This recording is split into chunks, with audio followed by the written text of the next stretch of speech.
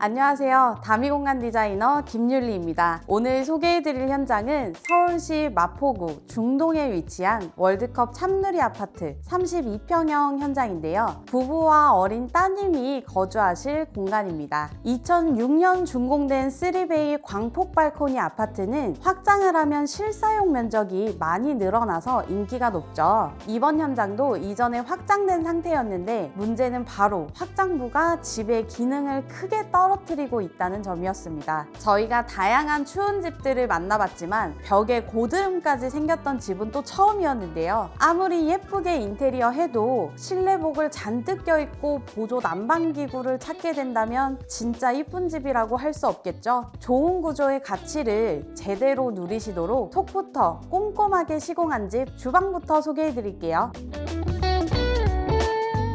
여기는 주방입니다. 일반적인 주방은 세면을 가전 배치나 수납면으로 활용할 수 있는데 뒤편에 발코니가 있는 3베이 타입은 후면 발코니 출입구가 한 면을 차지하다 보니 실질적으로 양면 수납밖에 안 되는 아쉬운 부분이 있는데요. 기존에도 냉장고와 김치 냉장고를 후면 발코니에 내놓고 사용을 하셨습니다. 이 구조에서는 주방에서 발코니가 고스란히 보이면서 복잡한 살림이 노출되기 쉽고 식탁 배치도 숙제가 되고는 하는데 기존 현장을 보시면 주방 입구에 짧은 아일랜드와 가로로 배치한 식탁 모서리 사이로 드나들어야 해서 동선이 불편한 문제도 있었습니다. 고객님께서는 기역자나 아일랜드형보다 깔끔한 일자 주방을 선호하셨는데요. 냉장고도 본주방 안으로 들어오는 게 베스트겠죠. 그래서 일자 주방은 그대로 살리고 샤시가 겹쳐지는 면적에는 카페장을 설계해서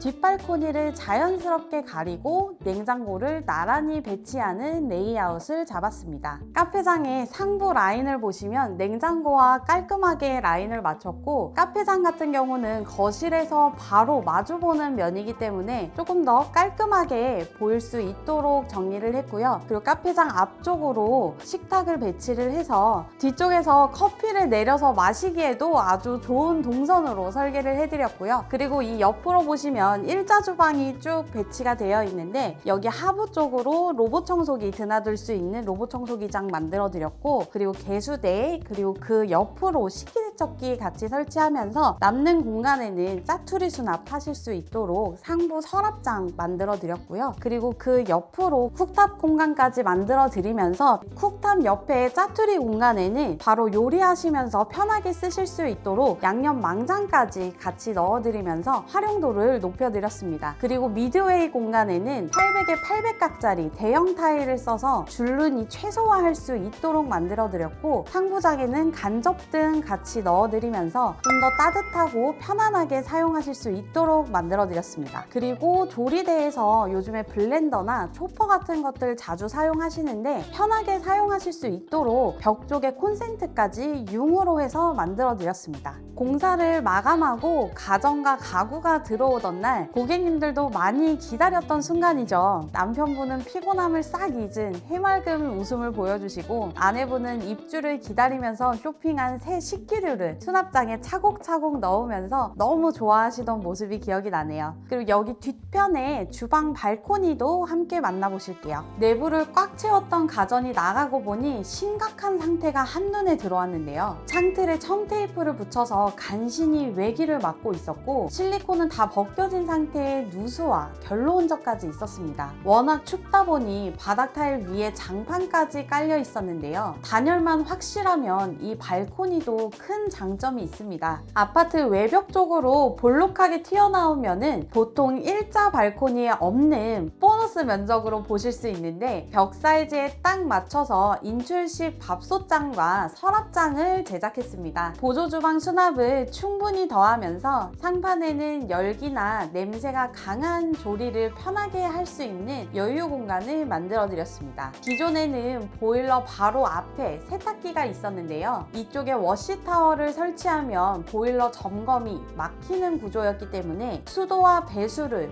여기 입구 쪽으로 옮기고 세탁기와 건조기를 올렸습니다. 그리고 보일러 앞으로 도어를 달아서 남는 공간을 창고처럼 활용할 수 있도록 했습니다.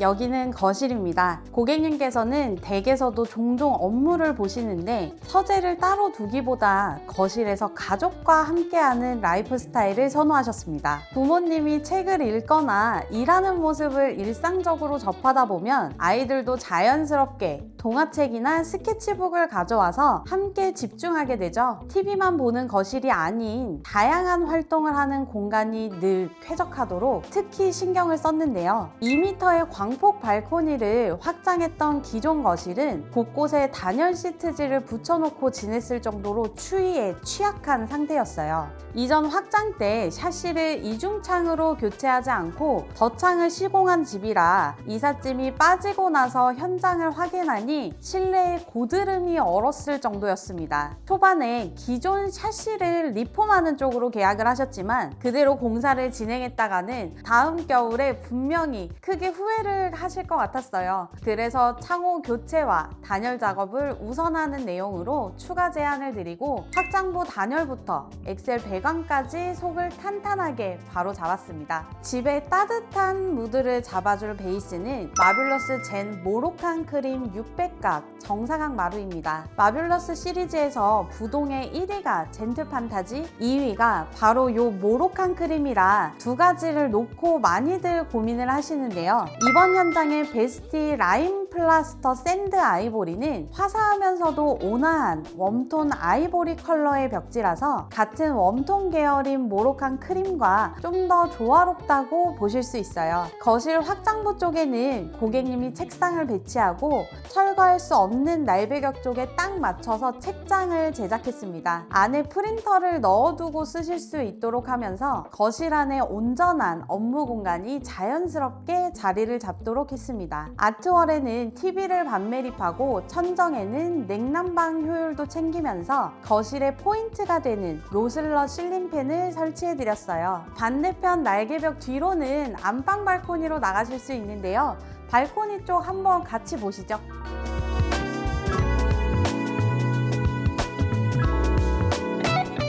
2m 폭의 광폭 발코니는 바닥부터 창호 하부터까지 타일로 마감해서 청소와 관리가 쉽도록 하면서 안쪽에 넓은 팬트리를 새로 제작해서 내부에 캐리어나 계절 가전, 또 어린이용 자전거 등 깔끔하게 수납이 가능한 공간이 되었습니다. 또 건조기를 사용하면 옷감이 상하는 옷들도 넓은 발코니에 편하게 널어두실 수 있게 천정에 전동 빨래 건조대도 같이 설치해드렸습니다.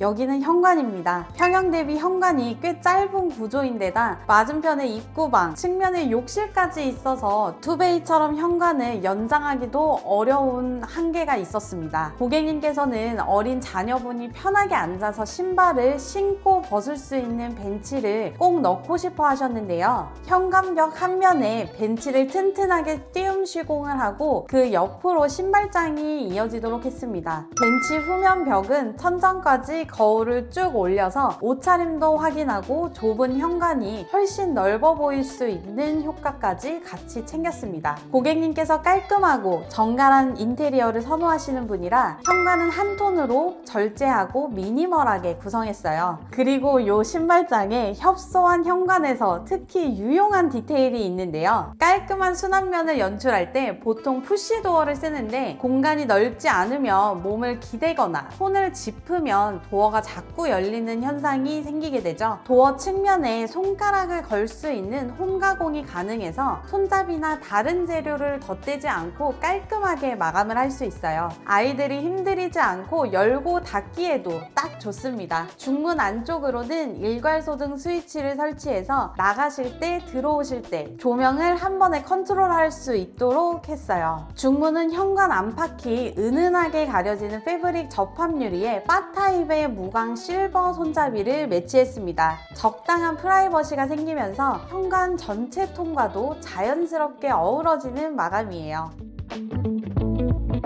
여기는 안방 입구입니다. 기존에는 거울 장식장이 설치가 되어 있었는데 저희는 이 부분을 조금 더 깔끔하고 고객님께서 추억하시는 물건들을 수납할 수 있는 마그네틱 보드판을 만들어 드렸는데요. 여기 상부에는 고객님께서 여행 다녀오시면서 모으셨던 마그네틱들을 붙여놓고 쓰고 계시고, 하단에는 자녀분이 앉아서 뗐다 붙였다 하면서 요즘에 한글 공부를 아주 열심히 하고 있다고 합니다.